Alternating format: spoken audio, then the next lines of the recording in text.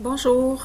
Alors, on est arrivé au cours 15 aujourd'hui. C'est le dernier cours de la section 3 et c'est le seul cours que j'ai prévu pour la semaine du 27 avril.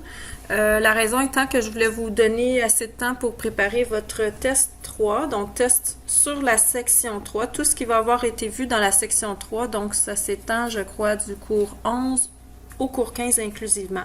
Alors, votre test va avoir lieu mercredi le 6 avril, non, excusez, le 6 mai, ça va être selon l'horaire qu'on avait dans la session là, lorsque vous étiez au cégep. Donc, ça va être important de vous libérer si vous étiez dans le groupe qui était de 8h à 9h30, donc encore à cette heure-là. Et si vous étiez dans le groupe de 9h30 à 11h, ce sera selon cet horaire-là. Si vous aviez aussi les mesures d'aide de temps supplémentaire du service d'aide, vous aurez encore droit à ces mesures-là, bien sûr. Donc, on y va aujourd'hui avec la dernière partie de la section 3. On va revenir sur le mouvement circulaire. On va parler du mouvement circulaire, surtout le mouvement circulaire non uniforme qui va nous intéresser aujourd'hui. On a déjà vu comment agissent les forces pour provoquer le mouvement circulaire. On s'était surtout attardé au mouvement circulaire uniforme dans la section 2 lorsqu'on a étudié la dynamique, mais là, on va vraiment s'intéresser plutôt à comment se comportent les paramètres du mouvement, donc la vitesse, l'accélération, etc. Alors, un petit rappel sur le mouvement circulaire avant de commencer. Donc, supposons qu'on a une voiture ici qui est en train d'effectuer un mouvement en forme de cercle. Supposons qu'elle veut entrer sur l'autoroute par la bretelle. Ce serait peut-être l'autre direction par contre, mais disons que c'est une sortie. Alors, on aurait premièrement assurément un vecteur d'accélération qui pointe vers le centre du mouvement circulaire. Ça s'appelle donc l'accélération centripète et c'est celle dont on avait vu qu'on peut calculer soit bien sûr par la deuxième loi de Newton comme pour toute accélération, mais aussi avec la formule particulière du carré du module de la vitesse sur le rayon de la trajectoire. Donc, celle-ci fait varier l'orientation de la vitesse, c'est elle qui fait tourner la voiture. Si la voiture ne se déplace pas avec un module de vitesse qui est constant, à ce moment-là, ça veut dire qu'il y a aussi une composante d'accélération tangentielle. Dans le cas où la voiture augmenterait le module de sa vitesse en avançant, ça serait vers l'avant de la voiture, donc tangentiellement au cercle. Mais ici, pour des fins d'exemple, j'ai choisi une voiture qui avancerait en ralentissant. Donc, on va revenir avec l'idée que c'est une sortie d'autoroute. Alors, on a l'accélération tangentielle ici qui serait parallèle à la vitesse, mais qui s'y opposerait. Donc, dans un cas comme ça, on va pouvoir, si on vous parle de l'accélération du véhicule, en fait, il faut considérer les deux types d'accélération ensemble. Fait qu'on a une somme de deux vecteurs à faire. Alors, si on cherchait, par exemple, le module de l'accélération de la voiture, il faudrait penser à faire la combinaison des deux vecteurs. Donc, comme ils sont en fait toujours perpendiculaires l'un par rapport à l'autre, l'accélération centripète étant radiale, donc selon le rayon du cercle, alors que l'accélération tangentielle est toujours tangentielle au cercle, on a un angle de 90 degrés entre les deux. Donc, on pourrait placer un axe des X, un axe Y selon ces deux accélérations-là, puis simplement, dans le fond, on cherche la résultante, donc on pourrait considérer la somme des deux vecteurs qui forment ici un triangle rectangle, dont l'hypoténuse est la résultante, donc c'est l'accélération résultante ici. Alors, toutes ces accélérations, bien sûr, ont des unités habituelles de mètres par seconde carré. Alors maintenant, ce qu'on va voir dans le cadre du mouvement circulaire non uniforme, si on fait de la cinématique avec ça, c'est-à-dire on utilise les équations du mouvement. On voudrait par exemple calculer la vitesse après un certain déplacement ou après un certain laps de temps. Faut savoir qu'en mathématiques, c'est peut-être la première fois que vous allez voir ça, mais un axe des X, il n'est pas obligé d'être absolument rectiligne. Un axe des X, mathématiquement, peut suivre une trajectoire, donc quelconque. Par exemple, ici, ça peut zigzaguer, ça peut être considéré comme un axe des X. Donc, à mesure que la position ici augmente dans le sens de notre axe, on aurait ici un déplacement qui serait positif. Puis, si on a une position qui diminue le long de l'axe ou qui se dirige vers les X négatifs, ce serait un déplacement négatif. C'est juste que ça devient courbé. Donc, nous, on va appliquer ça à notre mouvement circulaire. Donc, on peut considérer un axe qui est une portion d'un cercle ou un cercle au complet ou encore plus de, tu sais, il se prolonge, là, il peut faire plus qu'un tour. Alors, ça va être notre axe des X. Par convention, un peu comme dans les autres cas de... Ben, en fait, non, c'est pas toujours le cas, mais par convention, habituellement, dans le mouvement circulaire, on va considérer que le sens de l'axe des X, le sens positif, c'est dans le sens du déplacement de la voiture ou de sa vitesse. Je dis voiture, mais ça peut être un autre objet aussi. Sauf que, dans le fond, c'est pas grave si vous ne faites pas dans cette direction-là, mais il faudra s'assurer que tous les signes concordent avec votre choix d'axe. Et vous pouvez l'indiquer sur une figure pour que ce soit clair. Donc, ce qu'il faut comprendre, c'est que on a revu les accélérations centripètes, tangentielles et l'accélération résultante qui est la combinaison vectorielle des deux.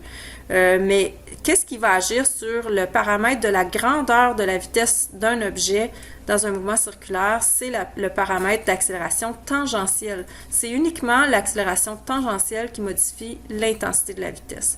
Alors, quand on va utiliser les équations du MRUA, on va pouvoir les utiliser si on connaît l'accélération tangentielle. Puis là, à ce moment-là, ça va nous permettre de faire des calculs de cinématique le long de la trajectoire circulaire. Donc, c'est très, très important ici de ne pas se mélanger. Vous ne verrez jamais l'accélération résultante dans ces équations-là et vous ne verrez jamais l'accélération centripète dans ces équations-là parce que la portion d'accélération centripète affecte seulement l'orientation de la vitesse. Elle n'a aucun rôle à jouer sur le module de la vitesse. Alors, on va y aller avec 3 exemples pour essayer de s'approprier un peu cette matière-là. Donc, dans un premier cas, on a une automobile qui fait un virage circulaire qui est long d'un quart de cercle. Puis, on connaît la vitesse à laquelle elle amorce le virage, puis la vitesse à laquelle elle atteint la fin de ce virage. Donc, au début, on nous indique qu'elle commence le virage avec une vitesse de 70 km/h. Comme si les km/h, ce ne sont pas des unités standards là, du système international, on va les transformer d'abord en mètres par seconde pour que ce soit compatible avec le reste des autres valeurs avec lesquelles on va travailler. Donc, je vous montre ici la conversion, mais je ne la ferai pas à chaque fois. Mais en gros, bon, vous pouvez y aller avec un produit croisé par étape, avec le facteur 3,6 si vous êtes habitué, mais c'est important de ne pas vous tromper si vous allez multiplier ou diviser par ce facteur-là. Dans le fond, il faut se rappeler que la vitesse en km/h, elle est toujours plus grande que la valeur équivalente en mètres par seconde. Mais ici, si on y va au long, on regarde, on considère qu'on a des km/h qu'on veut remplacer par des mètres par seconde. Si on fait la transposition des kilomètres en mètres pour commencer, bien, on peut aller multiplier par un facteur d'équivalence où est-ce qu'on va mettre les kilomètres au dénominateur. Donc, on écrit la correspondance ici, une correspondance valable entre les mètres et les kilomètres avec les mètres au numérateur. Donc, ici, j'ai écrit pour 1000 mètres, c'est équivalent à 1 km. Donc, en multipliant ici, on va annuler les unités de kilomètres et on va se retrouver avec des mètres par heure maintenant. Donc, 70 000 mètres par heure. Deuxième étape, ça va être de transformer les heures en secondes. Donc, cette fois-ci, bon, dans nos kilomètres-heures, qui sont maintenant des mètres par heure, les heures sont au dénominateur. Donc, on va multiplier par un facteur de conversion où les heures vont se trouver au numérateur de sorte à les annuler. Et puis, on va avoir les secondes au dénominateur. Donc, encore une fois, on établit une correspondance entre les heures et les secondes. Donc, j'ai écrit ici pour une heure, il y a 3600 secondes. Donc, ça revient à faire fois 1 ou divisé aussi par 3600. Donc, on se retrouve avec 70 000 mètres divisé par 3600 secondes et c'est équivalent à la vitesse de 19,44 mètres par seconde. Alors, avec un procédé similaire, on va aller chercher aussi la vitesse finale. Alors, on avait une vitesse à la sortie de la courbe qui était de 40 km/h, ce qui équivaut à 11,11 mètres par seconde. Maintenant, voici les informations qu'on a. Là, si je résume, on a donc la vitesse initiale, la vitesse finale, leur intensité, et on a aussi le rayon de la trajectoire circulaire qui est de 100 mètres. Le rayon ne va pas servir de façon directe il va servir pour trouver l'accélération centripète, ça c'est vrai, mais parce que là on cherche le module de l'accélération à la mi-chemin de la trajectoire. Alors on va avoir besoin pour trouver le module de l'accélération, on va avoir besoin de notre accélération centripète à cet endroit-là et de notre accélération tangentielle aussi. Donc, pour ce qui est du rayon, oui, bien sûr, il va servir pour trouver l'accélération centripète à travers le calcul de vitesse au carré sur le rayon. Mais le rayon aussi va nous servir aussi pour calculer ce qui a trait au déplacement. Parce qu'on a mentionné que le virage a une longueur d'un quart de cercle. Alors, si on prend ici le rayon, on peut calculer la circonférence d'un cercle complet et la diviser en 4, puis ça va nous donner le déplacement le long de tout le virage là, sur lequel notre vitesse passe de 19,44 mètres par seconde à 11,11 mètres par seconde. Donc, on obtient ici un déplacement équivalent à 157,1 mètres. Donc, maintenant, ce que je vais faire comme calcul, c'est qu'on va aller chercher l'accélération tangentielle. Okay? Donc, l'accélération tangentielle, elle demeure la même pendant le virage. On a un ralentissement constant. Sinon, on ne pourrait pas utiliser les équations du MRUA. Donc, ce serait vraiment un cas plus complexe qu'on ne voit pas dans le cadre du cours. Alors ici, si je considère les informations que j'ai la vitesse initiale, la vitesse finale et le déplacement. Ce que je cherche, c'est la composante d'accélération. Donc, j'ai sorti l'équation avec les vitesses au carré parmi les 4 dont on a le choix. Et puis, c'est celle qui va me permettre le plus rapidement ou le plus directement possible d'aller chercher la composante d'accélération selon un axe des X qui est tangentiel. Donc, ça va me donner l'accélération tangentielle. Alors ici, comme c'est un ralentissement et que je considère mes vitesses ici comme étant de composantes positives, ben, ma composante en X d'accélération tangentielle, ben, c'est négatif. Alors, on obtient moins 0,81 mètres par seconde carré. Mais ça, c'est seulement qu'une portion de la valeur qu'on cherche. On cherche l'accélération résultante. Donc, ça va nous prendre aussi l'accélération centripète. Mais là, la question qu'on peut se poser, c'est, bon, on sait qu'on peut calculer l'accélération centripète avec le carré du module de la vitesse divisé par le rayon, mais quelle vitesse on va prendre?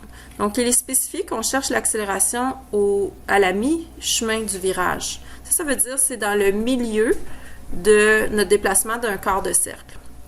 Alors, on a besoin de calculer la vitesse à cet endroit-là.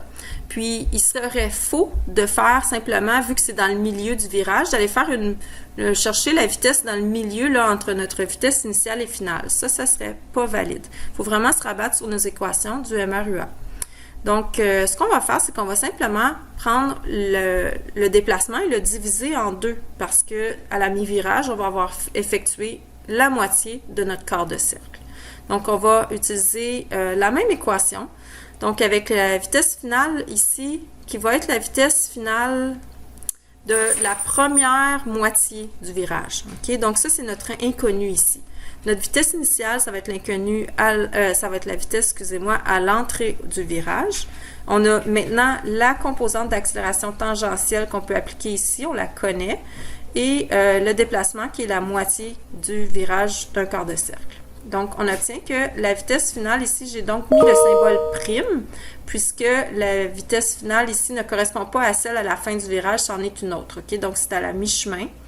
Donc, pour cet intervalle-là, on obtient 15,83 mètres par seconde.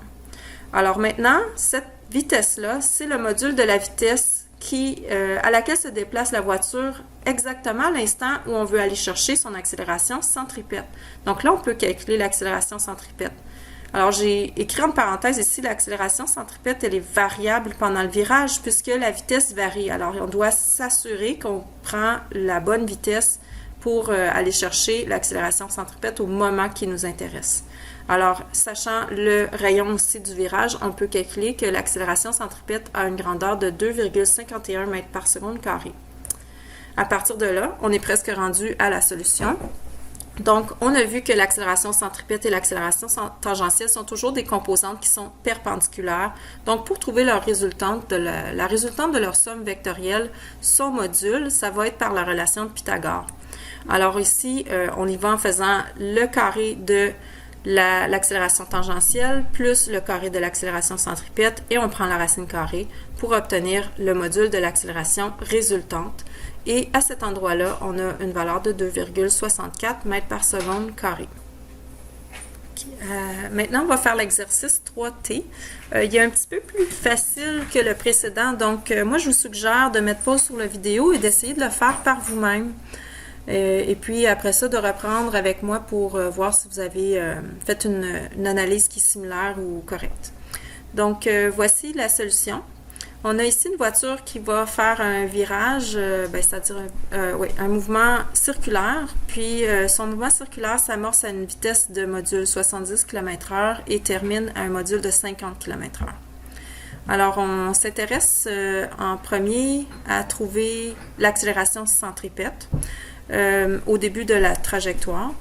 J'ai pas mentionné aussi, mais on indique que la durée du mouvement est de 3 secondes et le rayon de la trajectoire de 120 mètres. Donc, première étape, ça va être de convertir nos vitesses pour passer des km/h au mètre par seconde. Donc, avec le même calcul qu'on a fait donc dans la question précédente, on arrive à une vitesse initiale de 19,44 mètres par seconde et une vitesse finale de 13,89 mètres par seconde. Donc, encore ici, on a un ralentissement. Bon, je sais pas si vous entendez mes chiens, là, mais ils se couchent au soleil puis ils ont très chaud. Fait que ça fait un bruit de fond. Je suis désolée si vous les entendez. OK. Alors, pour l'accélération centripète, on demande celle au début du virage. Donc, c'est assez direct. On va utiliser la vitesse qui est fournie pour le début et qui est 19,44 mètres par seconde. On met ça au carré et on divise par le rayon de la trajectoire de 120 mètres. On obtient donc que l'accélération centripète est de 3,15 mètres par seconde carré d'intensité. En B, on demande ensuite quelle est l'accélération tangentielle tout au long de la trajectoire. Donc ça, l'accélération tangentielle, on peut aller la chercher à partir de une des équations du mouvement rectiligne uniformément accéléré. Là, je dis rectiligne, mais ici, il n'est plus rectiligne. Là. On pourrait plutôt dire mouvement uniformément accéléré. Donc, j'ai été ici avec simplement la définition de l'accélération. L'accélération, lorsqu'on a un mouvement uniformément accéléré, correspond à la variation de la vitesse par rapport à notre intervalle de temps. Donc, ici, on y va avec notre vitesse finale moins notre vitesse initiale divisé par l'intervalle de temps qui est 3 secondes. Et on obtient ici une accélération tangentielle. C'est une composante, donc on obtient une valeur négative donc équivalente à moins 1,85 mètres par seconde carré. Donc, ça, c'est normal, puisque ayant pris nos vitesses comme étant des composantes positives le long de l'axe, un ralentissement devrait automatiquement être négatif. En C, on demande maintenant l'intensité de l'accélération résultante ou l'accélération de la voiture au début du virage. Donc, il suffit ici de combiner vectoriellement notre composante d'accélération centripète ou encore accélération radiale. Ici, je vois que j'ai changé l'indice pour AR. Là. On la met au carré, on en fait la somme avec l'accélération tangentielle au carré et on prend la racine carrée. Donc, par la relation de Pythagore, on peut aller chercher l'hypoténuse formée dans un triangle dont les côtés perpendiculaires sont les deux composantes d'accélération tangentielle et centripète. Alors, on obtient ici que le module de notre accélération résultante est de 3,65 mètres par seconde carré. On va faire un troisième et dernier exemple pour cette matière-là. Donc, on arrive à 3U. Ici, on nous indique qu'une voiture est en train de se diriger vers le nord. Et sa vitesse se modifie à raison de 2 mètres par seconde carré. Et qu'est-ce qu'on nous dit d'autre aussi? On connaît le rayon de la trajectoire et on sait aussi que le module de l'accélération de la voiture est à un angle de 30 degrés au nord de l'ouest. Okay. Donc là, on va commencer par deux questions assez de base, là, pas vraiment des calculs, mais plus de la compréhension, puis on peut aller chercher un peu la solution à travers un schéma. Donc, en premier, on demande est-ce que la voiture est en train de faire un virage vers l'ouest ou vers l'est? Alors, si on regarde ici, j'ai tracé un cercle avec les deux situations possibles. Donc, la voiture qui se dirige vers le nord, si elle est du côté gauche du cercle, elle entamerait un virage vers l'est. Et si elle est du côté droit du cercle, elle entamerait un virage vers l'ouest. Si je juxtapose à ça l'accélération résultante qui est fournie, okay, en incluant son orientation, donc 30 degrés au nord de l'ouest, ici, on a un vecteur qui ressemblerait à ceci. Donc, vous voyez, si j'ai l'accélération résultante, elle est formée par la somme vectorielle de l'accélération tangentielle et l'accélération centripète. Et si elle pointe au nord de l'ouest, c'est automatique que l'accélération centripète pointe vers l'ouest et l'accélération tangentielle pointe vers le nord.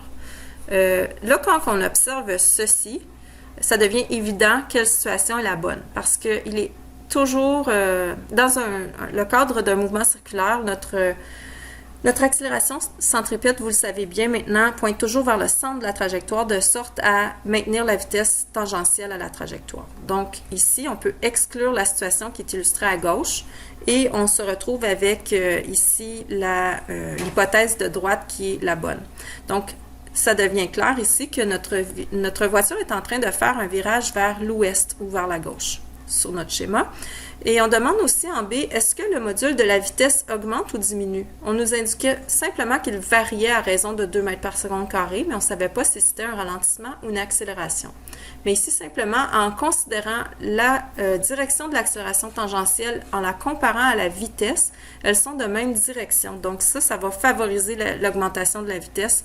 Et on voit que la voiture prend de la vitesse. Ensuite, à la question C, on nous demande maintenant de déterminer la valeur de cette vitesse de la voiture au moment où on nous fournit les indications.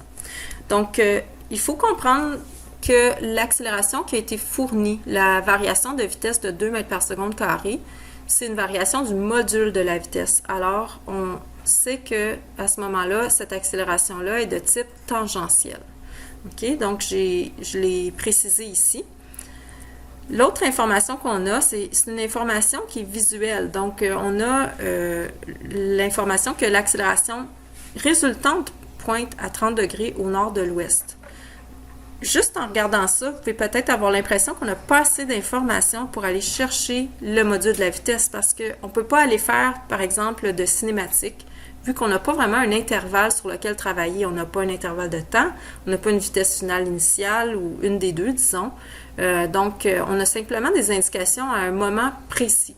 Mais je vous rappelle que l'accélération centripète est en lien avec la vitesse. Donc, si on pouvait déterminer le module de l'accélération centripète, on pourrait calculer le module de la vitesse. Et c'est ce qu'on va faire. Donc, on va procéder ici en faisant la somme vectorielle du vecteur d'accélération centripète additionné à l'accélération tangentielle, ce qui donne comme résultante l'accélération complète. Et là, on a donc un angle dans ce triangle-là. En fait, on a les 3 angles si on voulait aller les chercher puisqu'il s'agit d'un triangle rectangle, mais on sait ici qu'entre l'accélération centripète et l'accélération résultante, il y a 30 degrés.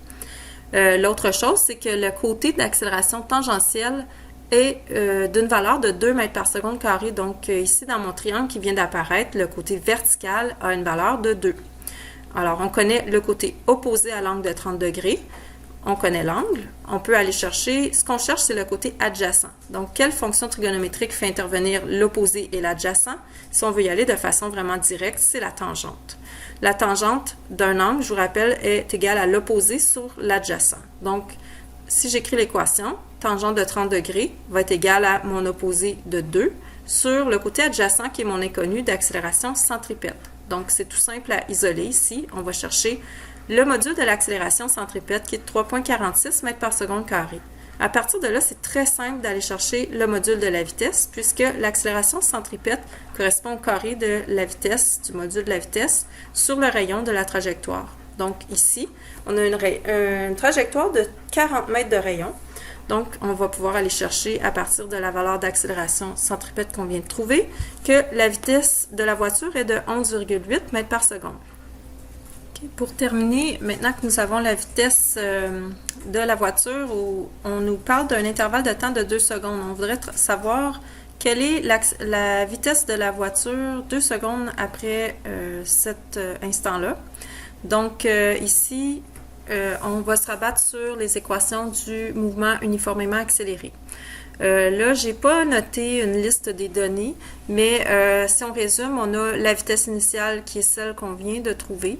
On a l'intervalle de temps qui est de 2 secondes et on connaît aussi l'accélération tangentielle qui est l'accélération, la partie qui affecte le module de la vitesse et qui doit être insérée dans ces équations-là. Alors, considérant ceci, puis qu'on cherche la vitesse finale, on peut y aller avec la définition de l'accélération pour calculer cette vitesse finale-là. Donc ici, l'accélération est égale à la variation de la vitesse finale moins la vitesse initiale sur le temps. Bien sûr, ici, il faut tenir compte des signes, mais on travaille avec des vitesses qui sont considérées positives, donc le long de notre axe des X positifs. Alors, notre accélération ici, elle consiste à une augmentation de vitesse. Donc, elle va agir dans le même sens que l'axe des X. Elle est donc positive. Elle a une valeur de 2. On cherche la vitesse finale. On connaît notre vitesse initiale qui est aussi positive de 11,8 et l'intervalle de temps de 2 secondes. Donc, on peut déterminer que la vitesse finale a une composante positive 15,8 mètres par seconde. Donc, elle a augmenté par rapport à la vitesse que la voiture avait 2 secondes précédemment. On nous demande également aussi quel est le déplacement ou la distance parcourue par la voiture pendant cet intervalle de temps-là. Donc, maintenant, on a 4 informations. On a les 3 qu'on avait déjà parce qu'on travaille sur le même intervalle de 2 secondes. Donc, on ajoute à ça la vitesse finale qu'on connaît maintenant. Puis, on a alors à ce moment-là le choix de 3 autres équations. Donc, j'ai choisi ici de prendre l'équation de la parabole de la position par rapport au temps et on cherche le déplacement delta x le long d'un axe circulaire. Donc, ici, on connaît notre vitesse initiale, notre délai de temps, notre accélération tangentielle. Donc, on applique ça dans notre équation et on obtient que la distance parcourue par la voiture pendant les 2 secondes est de 27,5 mètres. Donc, ça va être tout pour la section 3. On a fini la cinématique. Il va nous rester maintenant, suite à l'examen, la section 4 qui va parler des énergies, du travail, des principes de conservation, des collisions, etc. Donc, encore des choses à venir. Mais là, vous avez tout ce qu'il vous faut pour vous préparer pour le test 3. Merci!